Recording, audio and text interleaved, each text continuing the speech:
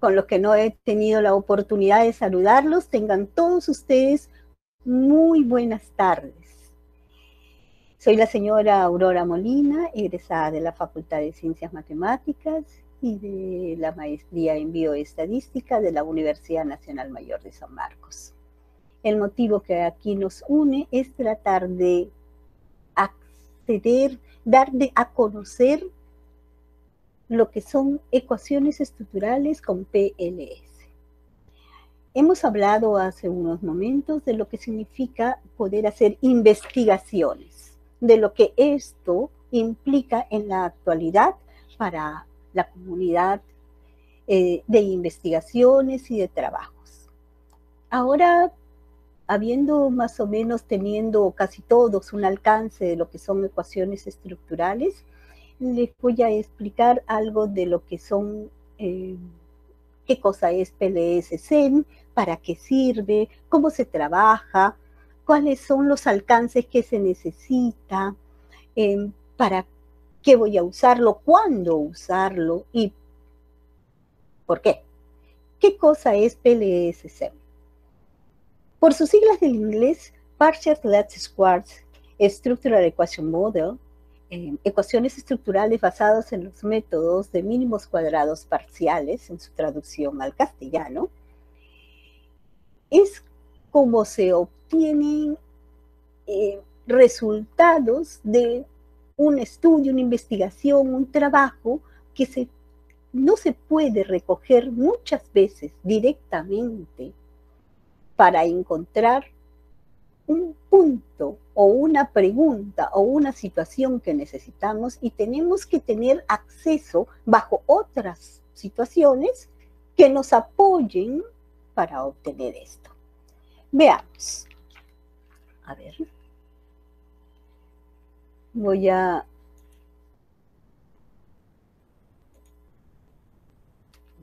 creerlo.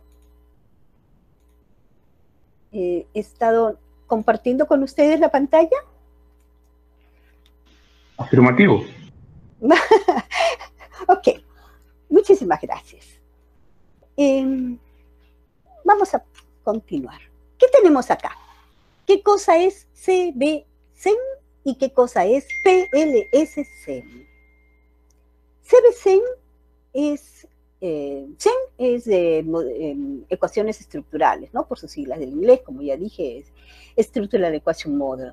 Y CB se refiere al análisis de las covarianzas.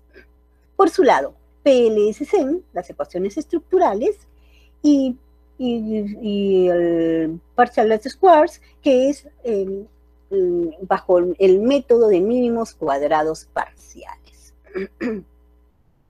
Los desarrollos metodológicos aplicados en cualquier investigación son útiles para la aplicación en ese momento. Por eso, todo buen investigador debe estar continuamente actualizándose con los últimos avances metodológicos.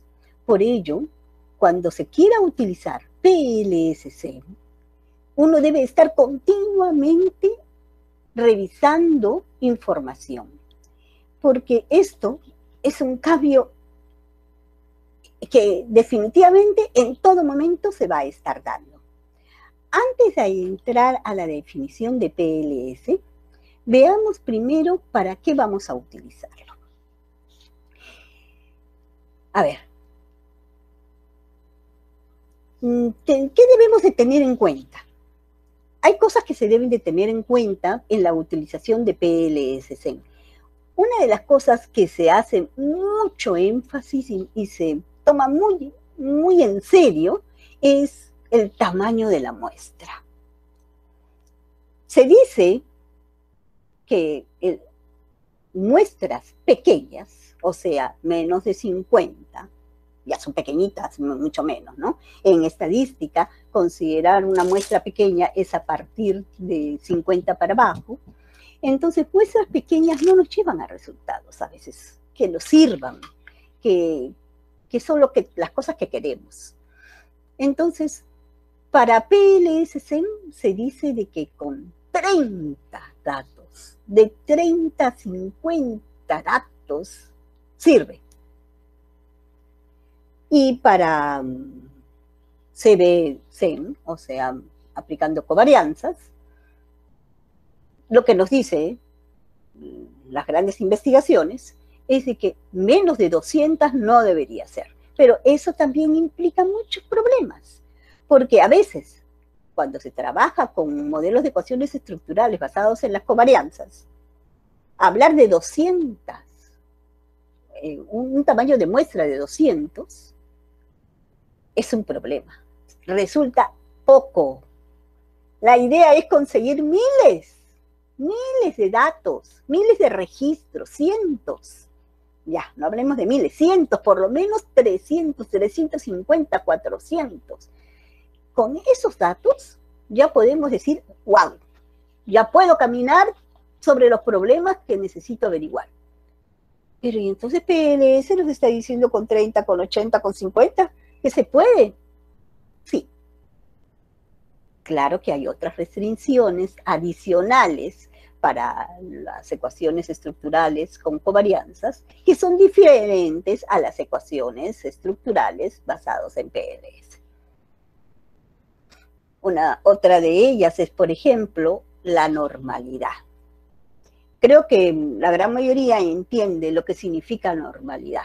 Bueno, esta persona es normal.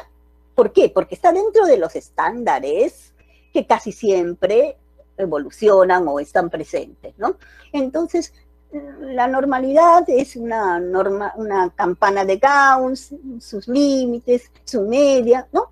Todos hemos tal vez estudiado, todos los aquí presentes han estudiado en algún momento lo que es normalidad. Así que no tengo que ahondar, supongo, en ello. Entonces, la normalidad puede ser un problema, puede, mejor todavía, era un problema para los modelos de ecuaciones estructurales basados en las covarianzas, o sea, en los modelos de ecuaciones estructurales estándares, por así decirlo. Mientras que en PLS no importa si es normal, anormal, si es con cola a la derecha, cola a la izquierda, puntiaguda, chat, no importa. ¿Por qué? ¿Por qué no importa? En uno que anteriormente se decía que eso era muy rígido. ¿Por qué anteriormente? Porque en la actualidad ya, como les expliqué, uno tiene que estar actualizándose, ya el problema de la normalidad está siendo relegada, porque hay formas de solucionarlo para poder encontrar resultados correctos y válidos en el análisis. Pero PLS no ha tenido ese problema, no lo tiene. Entonces estamos hablando poco tamaño de muestra. Poco tamaño de muestra, pero poco tamaño de muestra cuando hay un universo que es también pequeño. O sea, no podemos hablar de un tamaño de muestra de 70, de 50, cuando tenemos la posibilidad de entender de que hay información que se puede recoger de miles o cientos de individuos, personas, objetos o de lo que se quiera hacer. O sea, el tamaño de muestra también tiene que ir acorde a ser representativo, ¿no? Tampoco no vamos a tirarnos para el suelo cuando hagamos una investigación. Entonces, todos estos desarrollos metodológicos que van evolucionando para las ecuaciones estructurales también han ido favoreciendo a los trabajos que se hacen con covarianzas. Hemos hablado ahorita de covarianzas, ¿verdad? Supongo que espero que muchos de ustedes tengan información correcta de lo que viene a ser la covarianza y que más o menos tengan el concepto lógico de lo que es la variabilidad, la varianza, la diferencia, los errores. Son conceptos básicos de estadística que debemos de tomar en cuenta. Entonces, en el análisis de covarianzas, lo que se hace, lo que los investigadores o los principales autores dicen, que la covarianza es una especie por así llamarlo, de análisis de la varianza entre dos variables. Me explico. Cuando se toma información sobre una variable, sea cual sea, no importa, esos datos que se están analizando nunca van a ser los mismos entre un registro y otro. Nunca van a ser iguales. Nunca van a ser iguales entre uno y otro registro. Siempre va a haber diferencias entre ellos. Por tanto, hay una variabilidad. Y esa variabilidad, ese proceso, esa situación de encontrar esa variabilidad, nos hace llevar a que existen diferencias entre las variables. Además de eso, de existir diferencia entre los registros, también hay diferencias entre variables en un ítem, por así decirlo, o una situación que se está recogiendo con otra. Entre las variables, su varianza es diferente. Ahí está el concepto aproximado de lo que es la covarianza. Entonces, cuando hablamos de PLS-SEM, que es un método multivariante también de segunda generación, también se le llama modelado en PLS, este se usa principalmente para desarrollar teorías en investigaciones, pero que sean exploratorias, o sea, para averiguar cosas, ¿no? Lo que enfoca sobre la explicación de que la varianza es la parte más importante que toma en cuenta el PLS y por su lado el SEM se ve las covarianzas. En esta figura que estoy mostrando, como podemos ver, tenemos el lado izquierdo donde están las covarianzas, el análisis. Aquí hay un error en lo escrito. CBSEM debería ser análisis de covarianza y PLS-SEM análisis de la varianza, ¿ok? En el análisis, sí, estamos bien. En el análisis de las covarianzas, que es el lado izquierdo, tenemos un factor, una variable latente, un factor que explica a X1, X2 y X3, que son, por ejemplo, ítems de un cuestionario.